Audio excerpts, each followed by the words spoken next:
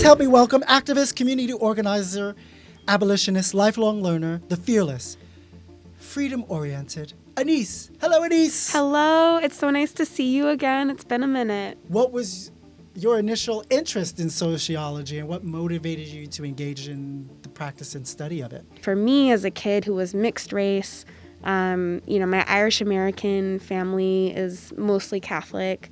My Pakistani family is mostly Muslim. Yeah.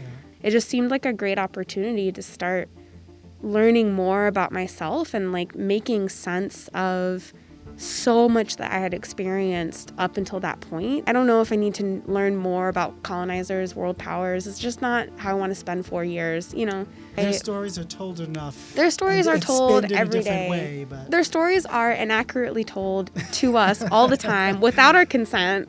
Maybe just like... No one asked for this. No one asked for this. English is now the official language of our country. Yeah. For some reason, our first lady still can't speak it properly either. Whatever, be best.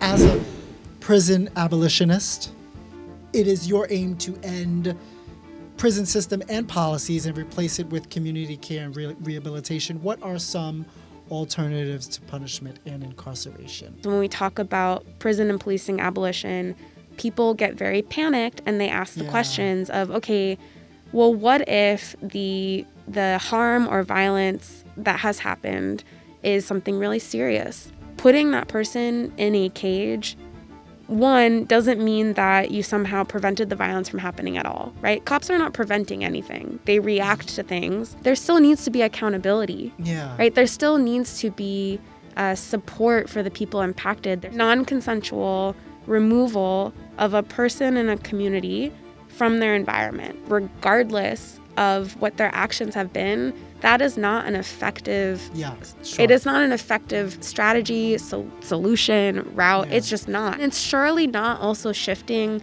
either our culture or how we have relationships with one another that might and would most likely prevent that from happening to begin with. My activism is through storytelling. Yeah. It does still make me question, is it enough? We need people to storytell political education. We need people to storytell humanity. We need people to storytell and break down systemic oppression into ways that are digestible in everyday conversation. We need spaces like this.